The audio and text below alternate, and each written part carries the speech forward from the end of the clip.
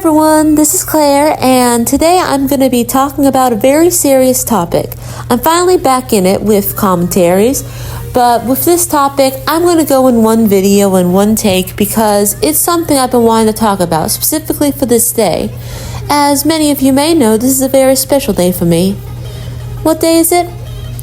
The day I got away from my groomers, Gian Bernard and Camilla Araujo, also known as Toonfucker X Joan or Pika Pika 2000. Since I already have a video on Camilla and I don't really want to talk about her again, I won't be going over her much in this video, but I will be talking about Joan in more detail in this video.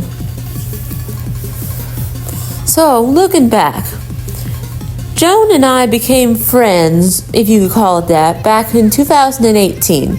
She was about 23 years old, and I was 14 years old. During this time period, I saw her as a parental figure, as there were problems going on in my family at the time, and I didn't really have anyone else to turn to. And she and I became close through role-playing and the art that she sent me, which I realized was really bad later on. You can see it in the little doc that I made down below, but she constantly sent me fetish art and pornography despite how young I was at the time, and in doing so, twisted the way I thought about things. She was also dating a confirmed pedophile at the time, who is an entire case of her own, but I won't get into her today. And with this, she had led me into believing a lot of things weren't okay.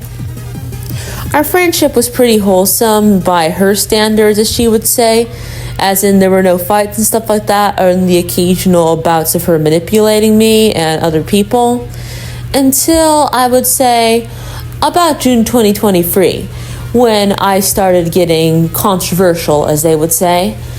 After my first canceling, I chose to ditch the overly cutesy woo girl aesthetic I had before and go in for a more mature aesthetic, which is something that Joan did not lack. Neither did her girlfriend, who is, by the way, a case of her own, being named Janice Buckley, and Camilla, who was also a girlfriend of hers, Camilla Araujo, who I'll be linking the video to down below. With this in mind, all of them were complaining that I wasn't being true to the real me because I was ditching this childlike aesthetic, when I was just starting to feel more comfortable in other things. This is something they did not accept and continued to hassle me over and acted like complete assholes over, while Joan started to suicide bait over my transition in style and the like. She also complained because I started disliking the game Friday Night Funkin', and over time I started to realize how dysfunctional my relationship with this woman in her late 20s had been. By this time, she's about 28 or 29. This year, I think she's turning about 30. But she actually wasn't really a good person, as you can probably tell.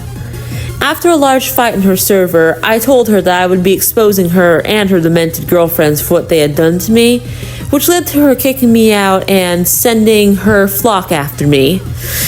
You can see more details about that in my first video, my first commentary video, actually. But looking back on that whole situation, it was stressful. However, the point of this video is for me to talk about my feelings looking a year back, as it's been precisely a year since I finally broke away from her and her group. Looking back on it, I feel all sorts of emotions, honestly.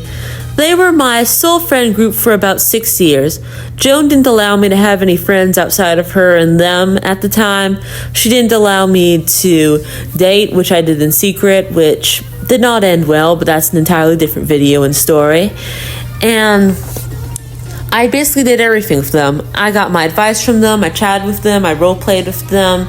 Everything I did was somehow influenced by them. They also encouraged me to lie about things about myself. As in, they encouraged me to lie about my sexuality and to lie about stuff that happened to me because they wanted me to fit a certain mold for them. I came out about the truth after I broke away from them, and luckily my friends understood the situation I was in. And while this has all been obviously a good thing for me, I've been starting to become my own person. I've been starting to rebuild myself. I've been starting to just finally be free from the stuff that's happened to me. I can't help but to feel a sense of longing, you know? Days after I had finally broken up with them, I was lost, really.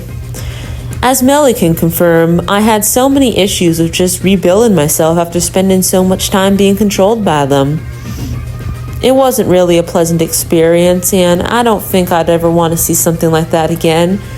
But being away from them has actually shown me that I'm my own person, and that's all I can really be.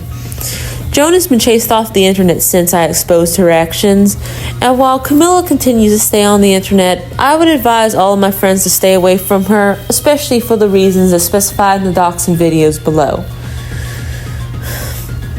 While the past still does haunt me, and I regret how I've acted with them, how they've influenced me to act and things I've done in the past, there's nothing much I can do. I can cut my losses from the people I've hurt and the things I've done and move forward. I hope I can be a better person in the future, and I hope that I'll never have to see these two again, or ever be influenced by them. And to those of y'all who stuck with me for all this time, and for those of y'all who have seen my changes as a person since I broke away from them, I really want to thank y'all. I want to thank y'all for helping me in such a hard time of my life, and you can expect to see more content from me soon. I love you all, and please, if you feel like you're going to be used in any way by anyone, let other people know. Don't keep it a secret like I did. It'll not help, and it'll make things worse. Until next time, goodbye everyone.